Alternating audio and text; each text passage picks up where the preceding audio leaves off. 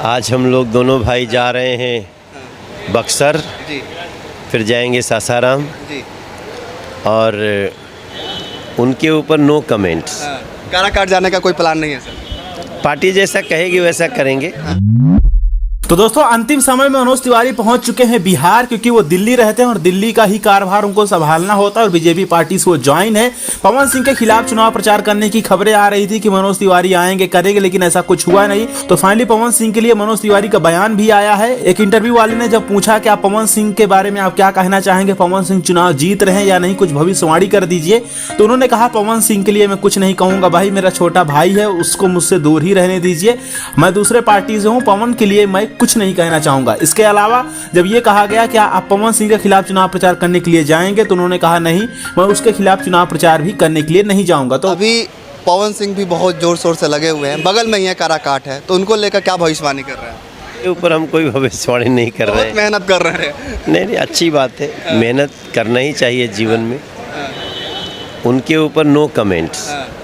वहाँ प्रचार करने जाएंगे उपेंद्र कुशवाहा के लिए? नहीं, मैं पवन के खिलाफ प्रचार नहीं करूँगा। भले वो बड़े हैं, लेकिन पवन सिंह कई सारा चुनाव प्रचार, कई सारी रैली और कई सारा सहयोग किए हैं मनोज तिवारी के लिए। और जब मनोज तिवारी को अपना फर्ज निभाने का टाइम आया तो उनको आसनसोल से टिकट दिलवा दिए, मतलब मन मुताबिक कुछ हुआ नहीं काम। तो हालांकि मनोज तिवारी अभी अपना बचाव करने का कोशिश कर रहे हैं और अपना सहानुभूति भी दिखा रहे हैं पवन सिंह के लिए। इसी के साथ दोस्तों आज से चुनाव प्रचार पूरी तरीके से बंद हो चुका है। एक दिन का गैप होगा और उसके बाद फिर वोटिंग पड़ेगी और 4 तारीख को रिजल्ट आना है। तो 12 नंबर पे पवन सिंह का चुनाव चिन्ह होने वाला है कैंची।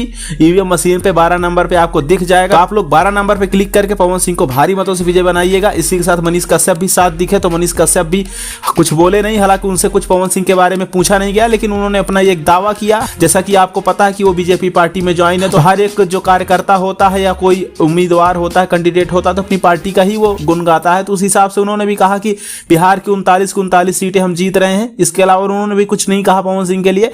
विपक्ष वाले लोग, और बिहार में 39 हम लोग थे, 39 से कम हम लोग नहीं आएंगे किसी भी हाल में। तो दोस्तों पवन सिंह के खिलाफ कोई भी चुनाव प्रचार करने के लिए नहीं आया और इस तरीके से साबित होता है कि कहीं ना कहीं एकता तो भोजपुरी इंडस्ट्री में है।